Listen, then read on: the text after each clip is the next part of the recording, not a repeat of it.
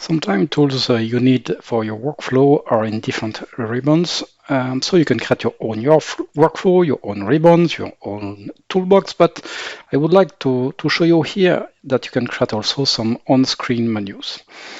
So here I created one. I called using AZ shortcut. And I have different sizes for my menu.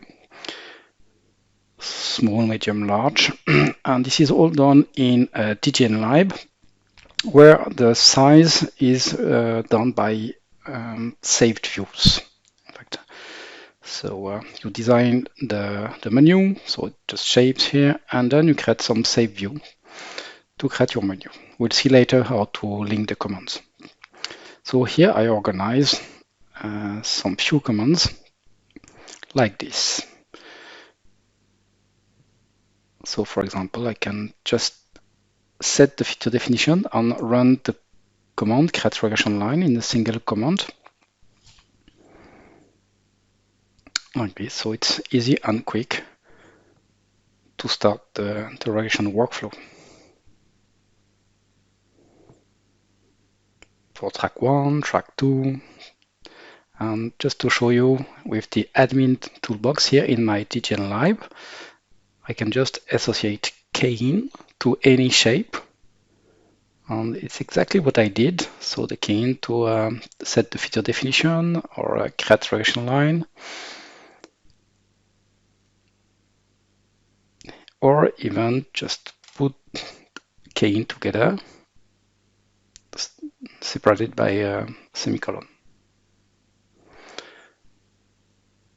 And if you don't know the keying, just run a macro, record a macro, and look in the macro to check what the keying is used. So then I can have everything under the cursor to continue my workflow with the regression tools. So set the active feature definition as always.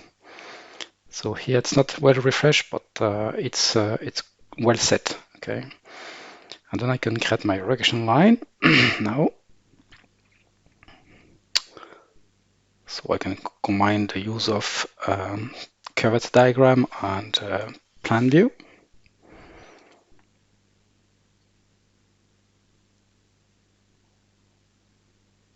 I just change the feature definition used for that line.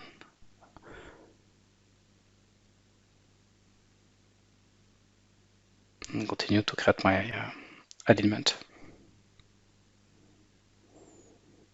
So again, working from both curvature or plan, it's really up to you, or only from the plan.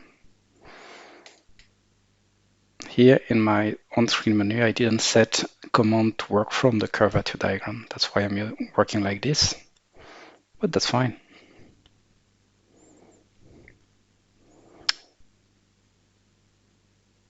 Now I can add my spiral. So again, create a command on my on-screen menu to create the spiral and set my spiral command, removing the need to accept the start and left offset. I don't prompt here.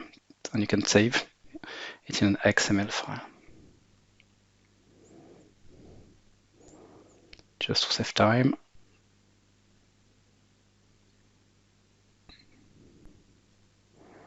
But keep the offset to have the extension of the elements and show intersections. Then I can continue and create my complex. As you can see, I changed two commands, the set feature definition and create complex from elements. And I can run here from this little icon. And that's it. I can start my profile workflow. And again, I've got my create regression, my create profile from Rails. It's the one I wanted to add to my on-screen menu. And I changed set feature definition and the create profile from Rails. Just the point, I can't set both the regression line and the points. If you didn't set correctly the points, you can always select and set after. I created on this on-screen menu the input to set point feature definition. Of course, you can use this to set any feature definition, depending on your needs, your favorites. And then I continue my workflow to create my profile along my curvature diagram, along my profile in this case. And put my arc between. Of course, you can set parabola instead of circular.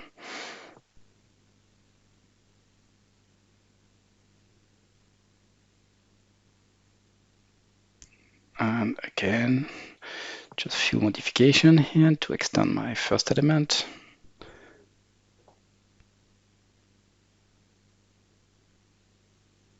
And I can now complex. So from my on-screen menu, the same principle than for horizontal. And then, because we have a little issue with the trimming here, I can simplify my profile. Just rename first, and then simplify my profile, and everything will be fine.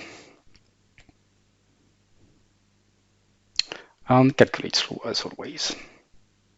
Also part of my on-screen menu.